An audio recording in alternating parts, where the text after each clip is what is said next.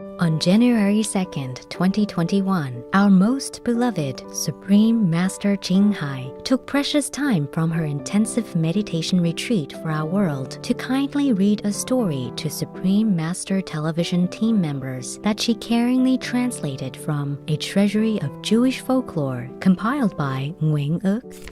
The Four Beings Who Take Care of the World is a story of how a lower god made various entities like vicious spirits and larger, fiercer animals to oppose humans and gentler animals, as well as four extremely powerful beings who act as a counterbalancing force. The being's presence keeps the opposers of humans and meeker animals from becoming too strong and overwhelming our world.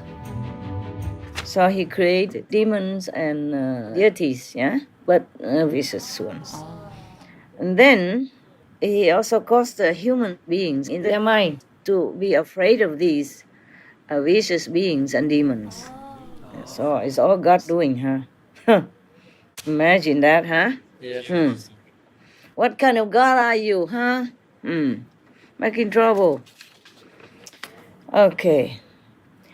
If there had not been a lot of grace and blessing, also many of the rules that have been established by God, then the human beings definitely could have never stood up to these vicious spirits as well as demons. It's the beginning of the springtime, and the seraphim, the angel type, yeah.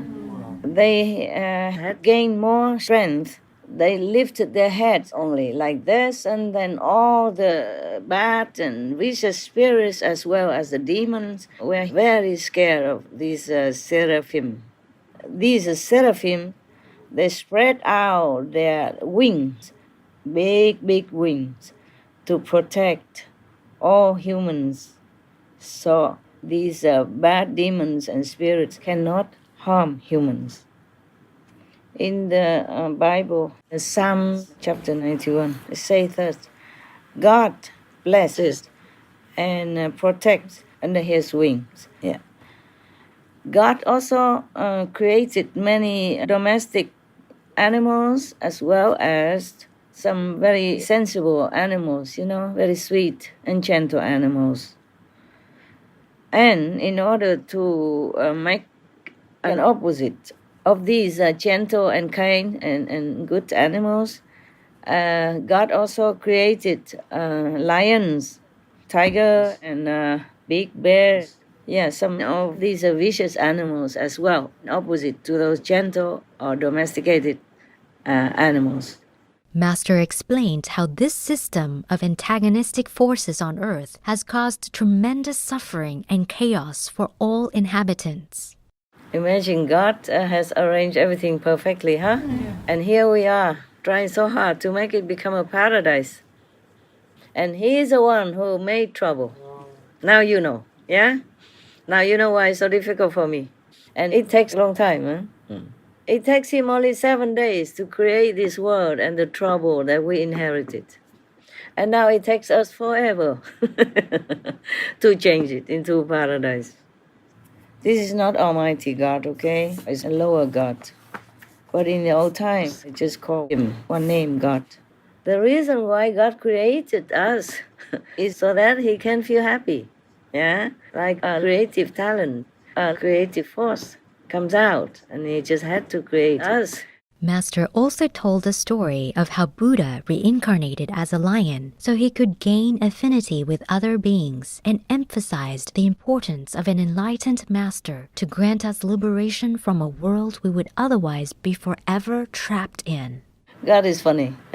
He created many things contradicting each other. And so when I read that story about the Buddha, when he was long eons ago, a lion, I felt, oh my God, so tiring, Yes.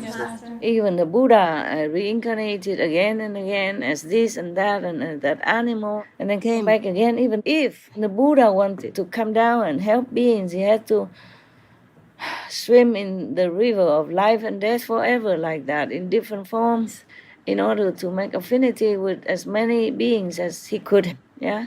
And thus I feel, my God, what a tiring kind of life. Yeah. I don't want us to ever come back and forth and become this and that again. I want to finish with all this. Yes. That's why in India, mostly they revere the guru very much, the master, yeah, who give them initiation and frees their souls. They even sing songs like, only my guru is for me, yeah. God has thrown me into this whirlwind existence and only my master can pull me out of it, something like that. They even revere, kind of almost like hinting like the guru is even better than God. That's why it is. And now when I read this story, I understand why. We are sincerely grateful to the most benevolent Supreme Master Qinghai for sharing another story from a treasury of Jewish folklore and using it to explain why our world can be so turbulent and violent at times, as well as why life was created in the first place. Our eternal gratitude to all the great enlightened masters of the past, present, and future for coming to Earth to liberate souls. And truly, we are unimaginably fortunate to have the ultimate master, Supreme Master Qinghai, here with us during this final judgment time. May all of Master's loving prayers for our planet, including world vegan, world peace, soon come true, so that there may only be compassion and joy among all beings. For the full broadcast of this conference with Supreme Master Qinghai, please tune in to Between Master and Disciples at a later date.